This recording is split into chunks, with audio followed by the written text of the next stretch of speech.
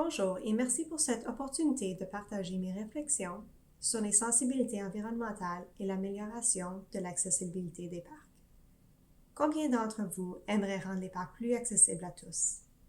Je m'appelle Marie Leblanc, je suis une artiste internationale qui vit avec des sensibilités environnementales. L'image que vous voyez à l'écran est une photographie que j'ai prise. Je suis une femme blanche, mince, avec de longs cheveux bruns raides. Je porte une robe bleue sans bretelles avec beaucoup de froufrous sur le bas. Je suis à genoux à côté de mon cuisinier solaire qui contient des baies et des aliments ronds. Je suis à genoux dans une zone contenant des roches et du sable avec des buissons en arrière. Mon art explore divers thèmes liés à la nature et le parcours que je dois effectuer, ainsi que d'autres personnes atteintes de sensibilité environnementale. Ayant de multiples sensibilités chimiques, une hypersensibilité électromagnétique et une maladie de la moisiture, je passe la plupart de mon temps dans la nature parce que je ne peux pas rester à l'intérieur de bâtiments pendant une longue période sans avoir des réactions indésirables. Pour cette raison, mon médecin me recommande de vivre dans ma camionnette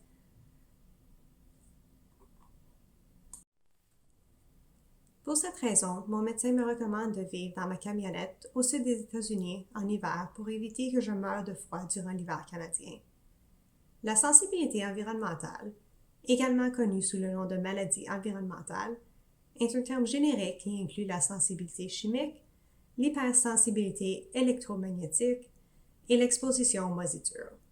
Pour cette présentation, j'inclus également les problèmes respiratoires tels que l'asthme, la maladie pulmonaire obstructive chronique et les conditions immunitaires. Selon l'enquête sur la santé dans les collectivités canadiennes de 2020, plus d'1 million de Canadiens ont reçu un diagnostic de sensibilité chimique multiple. Dans le cas de la sensibilité environnementale, les gens expérimentent des réactions indésirables à des produits courants comme les parfums, les huiles essentielles, la fumée de cigarettes, la fumée de feu de camp, les produits chimiques pour le nettoyage, les vapes, les produits de construction, la moisiture, les tours téléphoniques, les appareils électriques et les pesticides. Les symptômes varient sur une gamme allant de léger à grave, affectant multiples systèmes d'organes du corps. Grâce au pouvoir de la guérison de la nature, nos parcs offrent des zones où l'interaction avec les produits chimiques et autres polluants d'origine humaine peuvent être considérablement réduites, ce qui permet à notre corps de se rétablir et, en fin de compte, de nous offrir une meilleure qualité de vie. Malheureusement, les effets positifs sont atténués lorsque des toxines sont introduites dans ces espaces naturels par des produits de soins personnels et de nettoyage, d'émissions automobiles, de feux de camp et de produits provenant d'usines de fabrication ou traitement situées à proximité. Se rendre dans un parc sain et propre permet à chacun de se sentir bien. Beaucoup de gens ne réalisent pas que les produits de nettoyage et d'hygiène personnelle contiennent des substances chimiques qui nous affectent tous, en particulier ceux d'entre nous qui ont des sensibilités environnementales. Les produits chimiques utilisés dans les produits tels que l'insecticide, la lotion solaire, le savon, le gel douche, les produits pour cheveux, le déodorant, les produits de nettoyage ménager et commerciaux peuvent causer des douleurs, du brouillard au cerveau, des maux de tête, des problèmes respiratoires et d'autres problèmes de santé. Les produits parfumés utilisés par les visiteurs et le personnel, ainsi que les produits utilisés par les parcs pour nettoyer les toilettes, les yourtes, les cabanes et autres espaces partagés peuvent rendre ces lieux toxiques pour les personnes souffrant de sensibilité environnementale. Au contraire, il existe des produits sans danger pour l'environnement que nous pouvons utiliser pour garder ces parcs propres. Le vinaigre et le peroxyde d'hydrogène sont deux solutions simples. Ils sont relativement exempts de produits chimiques inutiles qui pourraient causer des problèmes à la majorité des personnes souffrant de sensibilité environnementale. Il serait également utile de placer un panneau à l'extérieur des installations, à l'entrée, indiquant ce qui est utilisé pour le nettoyage. Des filtres à air placés dans les lieux communs permettraient également de se débarrasser des toxines provenant des vêtements et des produits de soins personnels des visiteurs, améliorant ainsi la qualité de l'air.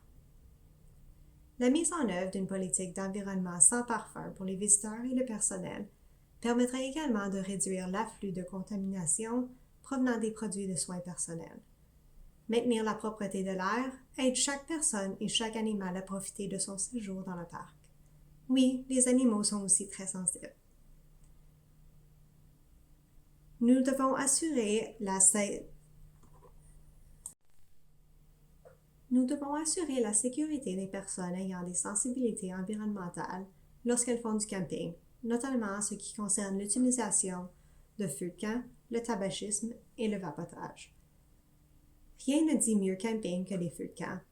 Malheureusement, la fumée et le gaz émis par les allumes-feux chimiques, le bois de chauffage manufacturé, le charbon et même le feu de bois naturel peuvent être nocifs ou même mortels pour les personnes souffrant de sensibilité environnementale.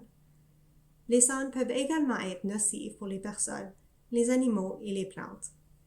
Les parcs et les terrains de camping pourraient encourager l'utilisation de bois naturels pour les feux de camp et le rendre disponible. En limitant les feux de camp, le tabagisme et le vapotage dans certaines zones du parc et créant des zones sûres contre le vent, les personnes ayant une sensibilité environnementale seraient moins affectées par la qualité de l'air des sites voisins. Maintenir la pureté de l'air est bénéfique pour chaque personne et chaque animal, ainsi que pour l'environnement. De nombreuses personnes souffrant de sensibilité environnementale n'ont pas les moyens de se rendre dans les parcs. Aux États-Unis, les parcs nationaux disposent des cartes d'accès pour les personnes souffrant d'une incapacité permanente. Le titulaire du laissez-passer bénéficie d'une entrée gratuite dans le parc, tandis que les campings sont à moitié prix s'ils appartiennent au parc. Cette mesure permettrait aux personnes ayant une incapacité de profiter de la nature, ce qui peut bénéficier leur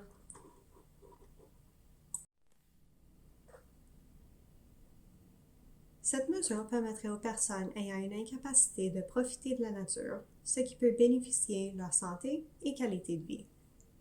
Aborder l'accessibilité de nos parcs semble être un lieu naturel pour moi de partager certaines de mes réflexions. Pour les défis d'accessibilité mentionnés ci-dessus, les solutions permettraient à tous de profiter des parcs en toute sécurité, tout en préservant un environnement sain. Je vous invite à consulter mon site web à l'adresse marieblanc.net. Je suis également l'auteur d'un livre sur les sensibilités environnementales prévu au printemps ou à l'été 2023. Le titre n'a pas été finalisé. Veuillez m'envoyer un courriel à whosaysweneedfreshair@gmail.com pour être ajouté à la liste de diffusion. Je vous enverrai un document contenant 6 stratégies simples pour commencer à désintoxiquer votre vie. Je vous remercie beaucoup de cette opportunité et je vous souhaite une bonne journée.